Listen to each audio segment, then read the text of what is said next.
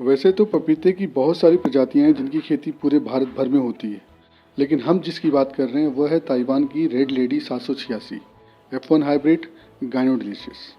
गाइनोडिलिशियस का मतलब ये होता है कि इसमें नर पौधों की संख्या ना के बराबर होगी। सारे के सारे पौधे मादा पौधे होंगे, फीमेल पौधे होंगे।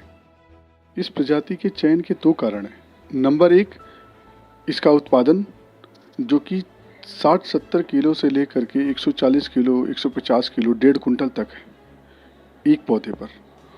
और दूसरा कारण है इसकी मिठास। पकने के बाद यह अंदर से सिंदूरी लाल रंग का होता है और स्वाद इसका बहुत ही मीठा होता है।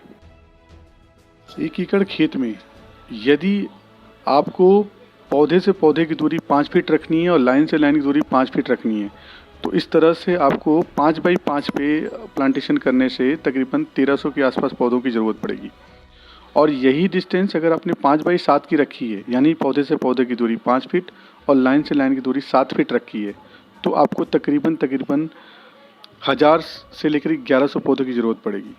और ये दूरी अगर आपने 5 बाई 10 रखी है, यानी कि पौधे से पौधे की दूरी 5 फीट और लाइन से लाइन की दूरी 10 फीट, तो आपको तकरीबन 700 से 750 पौधों की ज़रूरत पड़ेगी। दूरी का चुनाव क्षेत्रफल की दृष्टि से बहुत महत्वपूर्ण है। यदि आपने ट्रायल के लिए सिर्फ 1 एकड़ खेत में प्लांटेशन करनी है, तो हम आपको रिकमेंड करेंगे कि आप इसकी प्लांटेशन 5 बाई 5 पे करें। और यदि आपने इसकी रेगुलर खेती लेनी है, यानी 3 एकड़, 4 एकड़, 5 एकड़ या 1 एकड़ से ज़्यादा में लेनी है, तो हम आपको रिकमेंड करेंगे कि आप 5 बाई 7 का चुनाव करें। और अगर और बड़े पैमाने पे आप करते हैं 10 एकड़, 15 एकड़, 20 एकड़ इस तरह से, तब हम आपको रिकमेंड करेंगे कि आप इसका 5 बाई 10 का चुनाव करें। मुख्य कारण इसका ये है कि अगर आप लाइन से लाइन के बीच में दूरी रखेंगे तो बीच में छोटा वाला ट्रैक्टर चलेगा, जिससे खरपतवार के नियंत्रण में, दवाइयाँ लगाने में, खाद लगाने में काफ़ी आपको आसानी होगी और लेबर खर्च कम से कम होगा। पपीते के केस में एक ख़ास बात का और आपको ध्यान रखने की ज़रूरत पड़ेगी कि शुरुआती दौर में जब इसकी प्लांटेशन होती है तो इसमें पौधों की मोर्टेलिटी काफ़ी ज़्यादा होती है, यानी पौधे लगाने के बाद तकरीबन 10 से 15 दिन के भीतर भीतर बड़े पैमाने पे गल के मरते हैं।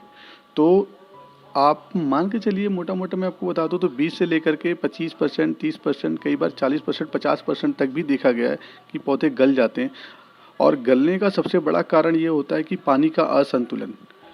अगर पानी असंतुलित लग गया तो पौधा गल जाता है, सरवाइव नहीं करता। और पानी अगर संतुलित लगा है स्टार्टिंग फेज़ में, तो पौधे के सरवाइव करने के चांसेस बढ़ जाते हैं। तो इस केस में प्रोडक्शन हैम्पर ना करे या बाद में पौधों के मरने की वजह से खेत खाली ना रहे, उसके लिए हम आपको रिकमेंड करेंगे कि जब आप पौधों का ऑर्डर करें तो फ़र्ज़ करें कि आप 5 बाई 7 पे प्लांटेशन करना चाहते हैं, तो 1100 के आसपास प्लांटेशन होगी आपकी पौधों की। तो यानी 1100 प्लस कम से कम 30%, 25 से 30% पौधों को आप एक्स्ट्रा ऑर्डर करके चले। प्लांटेशन के टाइम जो एक्स्ट्रा पौधे आपने मंगाए हैं उसको साइड में कहीं रखवा लें, और जब जब जैसे जैसे उसमें मोर्टेलिटी आती है, कुछ पौधे ख़राब होते हैं, गलते हैं, तो ताकि उसको रिप्लेस किया जा सके। अब तक जो हमने देखा है, आप विश्वास नहीं करेंगे, पपीता इकलौती ऐसी फसल है जिसमें प्रॉफिट मार्जिन बहुत बहुत ज़्यादा है। अभी 2019 की बात कर रहा हूँ मैं, मार्च महीने से लेकर के अक्टूबर महीने तक लगातार पपीते की जो रिक्वायरमेंट थी लगातार पीक पे थी। इस बार पपीते ने अपने 10 साल के रिकॉर्ड को तोड़ दिया। आप समझिए कि जो पपीता 30 रुपये 35 रुपये तक क्रॉस नहीं करता था, इस बार वो 60 रुपये किलो तक मंडी के रेट पे बिका है। मतलब 15 टन की जो गाड़ी हम खेत से 2 लाख रुपए, 2.25 लाख रुपए, 2.5 लाख रुपए, मैक्सिमम 3 लाख रुपए तक उठाते थे, उस गाड़ी को इस बार हमने 9-9 लाख रुपए, 10-10 लाख रुपए दे करके खेत पर से खरीदा है। ये स्थिति थी इस बार पपीते की। पपीते में प्लांटेशन के दूसरे तीसरे महीने में फ्लावरिंग फ्रूटिंग स्टार्ट हो जाती है और प्लांटेशन के 10 से 11वें महीने में आपकी तोड़ाई मिलनी शुरू हो जाती है। यह वैरायटी दूसरे महीने से ही जब ये फ्लावरिंग फ्रूटिंग में आएगी, लगातार तीसरे महीने, चौथे महीने, 5वें, 6वें, 7वें, 8वें, 9वें, 10वें, 11वें, 12वें, 13वें, ये लगातार हर महीने फ्लावरिंग और फ्रूटिंग में रहेगा।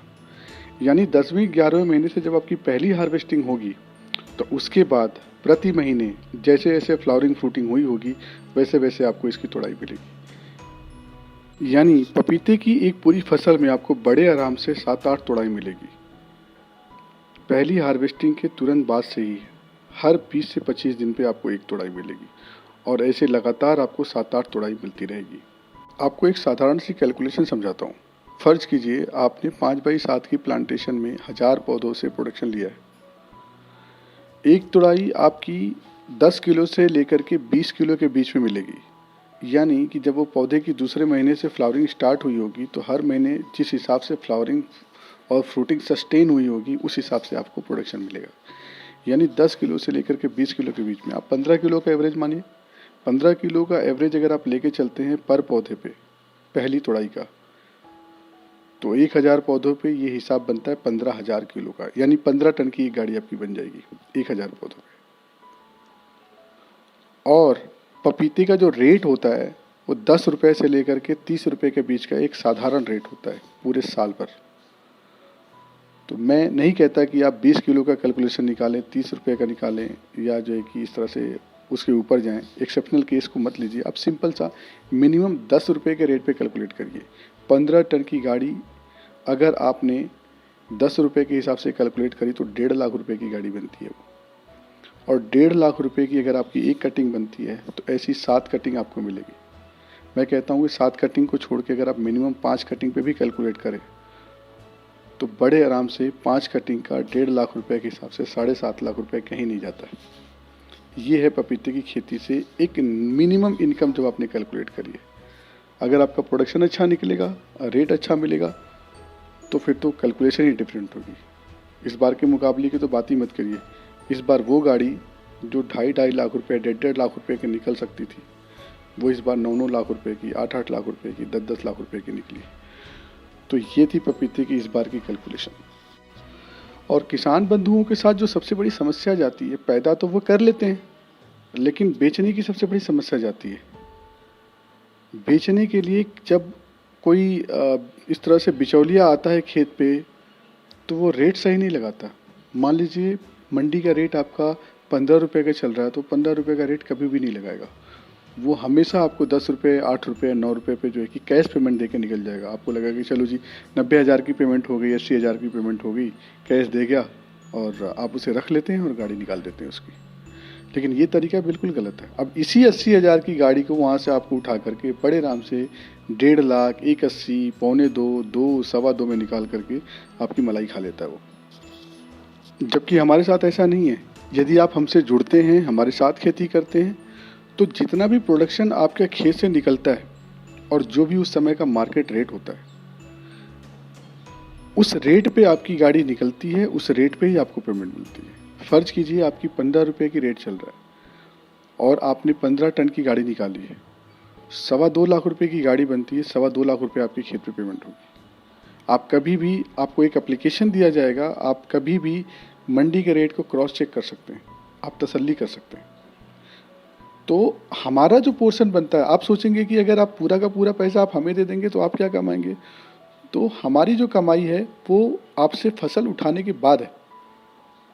उसको फिर वो प्रोसेसिंग यूनिट में जाएगा, वो चेरी पल्प बनाने की यूनिट में जाएगा या दूसरे हमारे जो क्लाइंट हैं उनको सप्लाई होगी। हमारी कमाई उस मंडी के रेट पे उठाने के बाद की होगी, बट आपको पूरा का पूरा मंडी का रेट मिलेगा। ये इस बात की सुनिश्चितता हम करके चलेंगे